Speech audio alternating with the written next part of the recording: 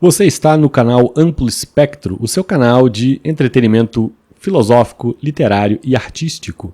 E hoje vamos trazer mais uma dessas consultas feitas à inteligência artificial do Google, o Gemini. E uma consulta hoje muito interessante também da, história da arte. A pergunta que eu fiz foi referente ao grande escritor, na minha concepção, um dos maiores escritores da literatura universal, Franz Kafka. A pergunta que eu fiz é: existe, afinal, alguma ligação do Kafka com o movimento surrealista? Qual seria essa ligação? Qual influência o Kafka, que certamente veio muito anterior ao movimento, o movimento surrealista que teve nascimento com André Breton, né, ele que produziu o Manifesto Surrealista, uma obra que deflagra aí oficialmente o movimento surrealista, né? O Kafka vem muito antes, mas quando você lê a obra do Kafka, ela te causa uma impressão tão surreal que a impressão que dá é que o Kafka anteviu o surrealismo antes do próprio surrealismo nascer. Então, será que os surrealistas, como movimento, têm alguma influência na literatura do Kafka?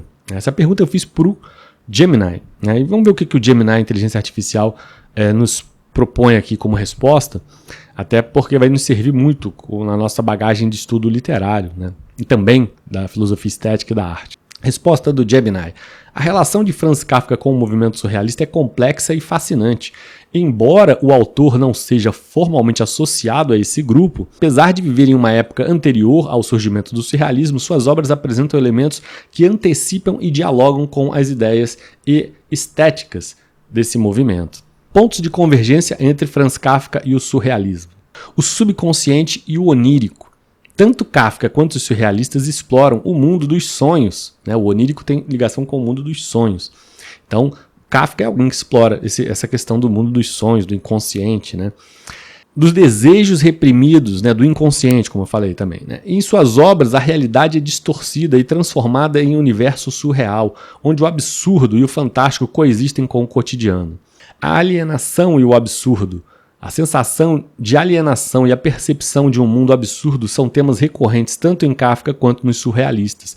Seus personagens frequentemente se veem em situações incompreensíveis e enfrentam obstáculos burocráticos e existenciais que os deixam isolados e desorientados. A linguagem simbólica, tanto Franz Kafka quanto os surrealistas utilizavam uma linguagem rica em simbolismos e metáforas para expressar suas ideias. Através de imagens e situações aparentemente desconexas, eles buscam revelar as profundezas da psique humana. A crítica social. Embora não seja o foco principal de Franz Kafka, suas obras como O Processo carregam uma crítica social implícita.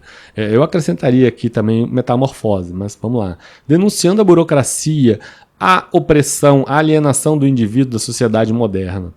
Essa dimensão crítica também está presente no surrealismo, que busca subverter a ordem estabelecida e revelar as contradições da sociedade burguesa.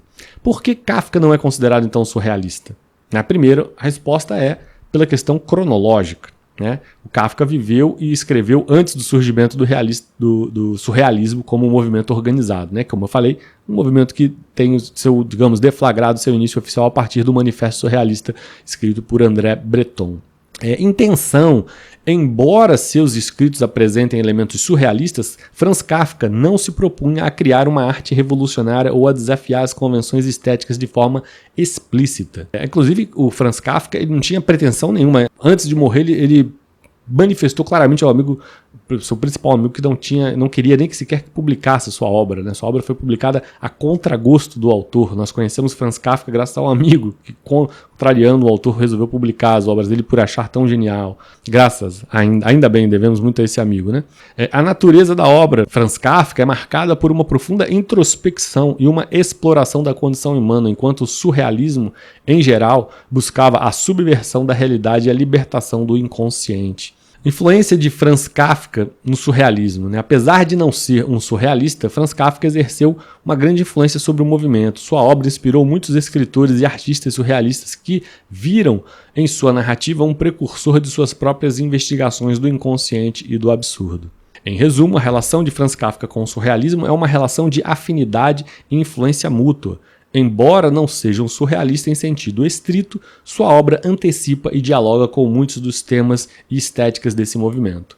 Kafka é um autor que continua a fascinar e a inspirar leitores e artistas até os dias de hoje, justamente por sua capacidade de explorar as profundezas da psique humana e de criar um universo literário único e perturbador. Eu já havia tido essa desconfiança da influência que Kafka poderia ter tido no movimento surrealista. Isso porque muitas das obras surrealistas, um adjetivo que cai muito bem é você chamar essas obras de kafkianas, né? Você olha um quadro do Salvador Dalí, um filme do Buñuel, né? Eu recomendo aqui, para você que quer estudar o movimento surrealista, assistir O Anjo Exterminador, né? Um filme do Buñuel, né? Eu estou para ver O Cão Andaluz, ainda não vi, né? Deve ser um filme muito bom também, né? Mais ou menos nessa mesma direção. O surrealismo que teve influências, veja, se o Kafka influenciou o movimento surrealista teve influências que se perderam, né, de tamanha influência que tem. Você que gosta, por exemplo, de rock psicodélico, né, saiba que o psicodelismo todo sofre muita influência, ou mesmo o jazz de improviso, que tem também uma influência expressionista, né, abstrata, mas o jazz norte-americano também sofre uma influência surrealista interessante, né. Recomendo que você escute, por exemplo, alguns discos do Joe Coltrane, você vai perceber ali uma influência surrealista. Mas, enfim, você vai ter filmografias inteiras que têm essa influência. O David Lynch é um diretor que gosta, sem dúvida, sofre essa influência surrealista. E, enfim, são inúmeras as influências belíssimas desse movimento, né? Você tem também o realismo mágico na literatura, né? Que teve aí como expoente para nós mais próximo ali o Gabriel Garcia Marques, né? Escrevendo muitas obras de realismo mágico, onde você tem elementos que não se compatibilizam que flertam com o absurdo, né? Mas ao mesmo tempo trazem um profundo simbolismo, que explicam muito mais a realidade justamente por flertar com o absurdo. Se eu fosse tentar remontar a épocas ainda mais distantes, né? Mais primordiais, remotas, né? Pensaria nas alegorias, né? As alegorias da antiguidade grega para explicar a realidade, né? A própria Bíblia, de certa forma, tem elementos surrealistas quando flerta com simbolismo de forma radical, né? Porque toda essa forma simbólica dessa linguagem que se distancia da precisão absoluta e que, ao contrário, nos expõe o absurdo da realidade, né? Toda essa linguagem que, alegoricamente, traz uma fantasia que, por trás dessa fantasia, você tem um entendimento mais aproximado de uma realidade que não se consegue explicar, né? Por isso a alegoria ela é tão rica e tão eterna, né? Seja a alegoria bíblica, seja a alegoria de tradições dos mais variados países, de religiões dos mais variados países, né? Dos mais variados povos, das mais variadas culturas. Então toda essa visão alegórica, ela não deixa de ter em si um componente do absurdo e da fantasia que expressa simbolicamente melhor a realidade. Então, o Kafka é alguém que vai fazer isso, só que com uma visão moderna, uma visão sombria em relação à modernidade.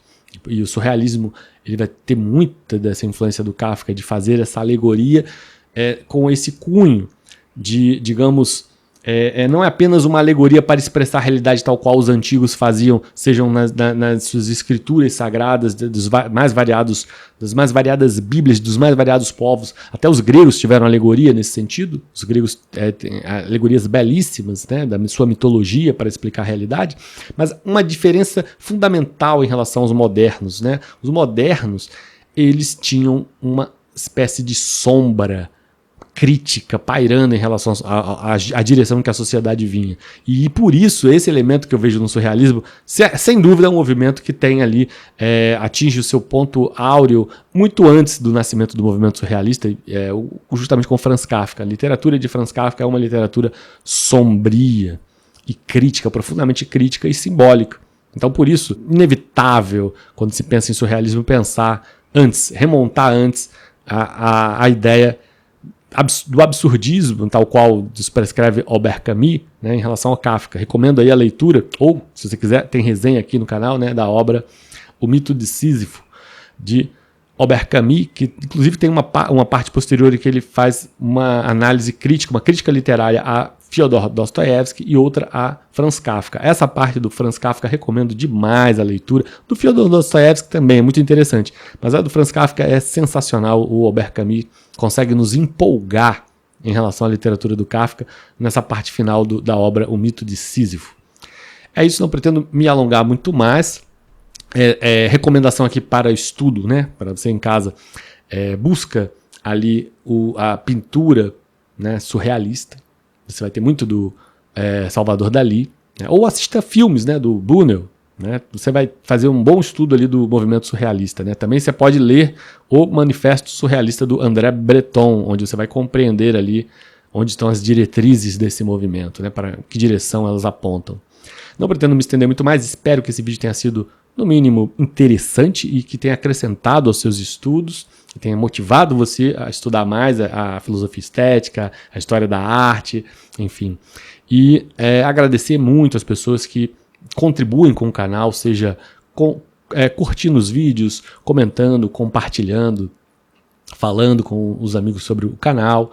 Agradeço muito a todos vocês, sobretudo as pessoas raras aqui que nos permitem viabilizar esse canal financeiramente através de contribuições com o Apoia-se ou mesmo com o Pix. O Pix, o Apoia-se, os grupos de discussão e debate, tudo isso a gente se encontra disponibilizado os links aqui no campo de descrição, aqui embaixo nos vídeos. Não me estendendo muito mais, mandar um forte abraço para todos vocês. Até a próxima. Esse é o nosso canal de literatura e filosofia. Se você gostou do nosso conteúdo, curta o vídeo e se inscreva. E aproveite para fazer as amizades certas nos grupos. No Facebook, temos o grupo Coisas Boas da Vida, onde compartilhamos conteúdos variados sobre arte e cultura. Participe, você vai adorar. No Instagram, mantemos você por dentro do que vem acontecendo ao longo dos nossos estudos diários. Não deixe de nos acompanhar. Agradecemos muito a todos os amigos que nos ajudam apoiando financeiramente o canal. Os links referentes ao Apoia-se, ao Facebook e ao Instagram estão disponibilizados no conteúdo de descrição desse vídeo. Por fim, não deixe de conhecer o nosso outro canal, o Tube Cult, onde falamos sobre cinema e música. Obrigado por assistir até o final, foi um prazer tê-lo por aqui. Até a próxima.